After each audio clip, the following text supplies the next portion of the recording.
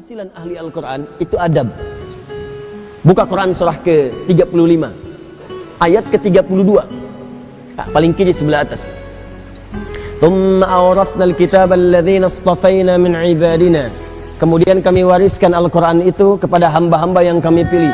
Awas, ada yang rajin baca, one day one juz, one day one ayah, kan?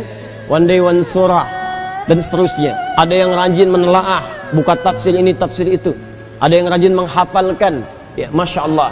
Tapi maaf, apakah semua orang itu dianggap benar oleh Allah ketika berinteraksi dengan Al-Quran? Tidak.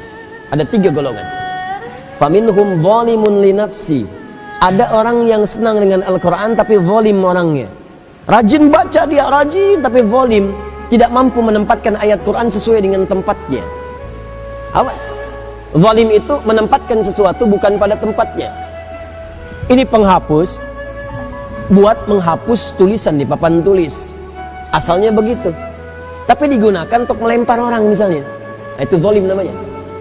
Gelas, tuh, fungsinya menampung air untuk minum. Gayung, fungsinya untuk mandi.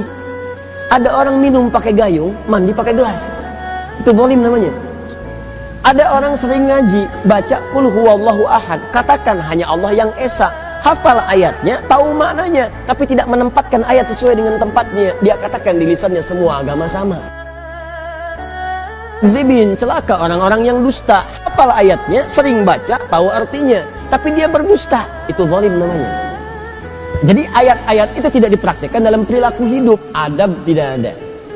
Wa minhum muqtasid, ada golongan kedua, meninggalkan sifat yang pertama, naik tingkat, tapi belum ada nilai kebaikan pada dirinya, hanya untuk dirinya saja. Muqtasid itu paket hemat. Jadi ahli Quran, kalau perilakunya nampak kegiatan sehari-hari, sering mojok di masjid misalnya, atau dekat tiang-tiang nyandar, baca ulang-ulang hafalan, tapi kalau diminta, mas bisa ngimamin, yang lain saja. Nah, itu paket hemat kata Quran. Hemat untuk dirinya, belum bisa diberikan pada yang lain. Yang ketiga, wa minhum sabiqum bil khairati biiznillah. Adab. Ada ahli Quran, kesuksesan interaksinya dengan Al-Quran dibuktikan dengan menampakkan perilaku baik dalam kehidupan. Sabiqum bil khairat, kalau bisa nomor 1 dia mengerjakan kebaikan. Jadi ciri orang yang berhasil dengan Qurannya, kata Allah, adalah adab.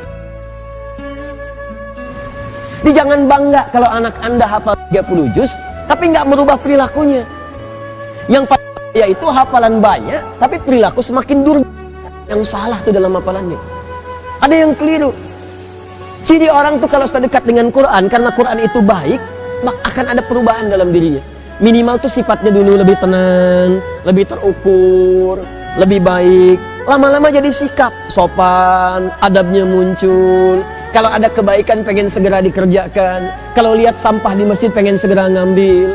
Kalau lihat ini belum nyala pengen segera nyalakan. Kalau lihat saf kosong pengen ngejar safnya. Itu dorongan kebaikannya cepat sekali.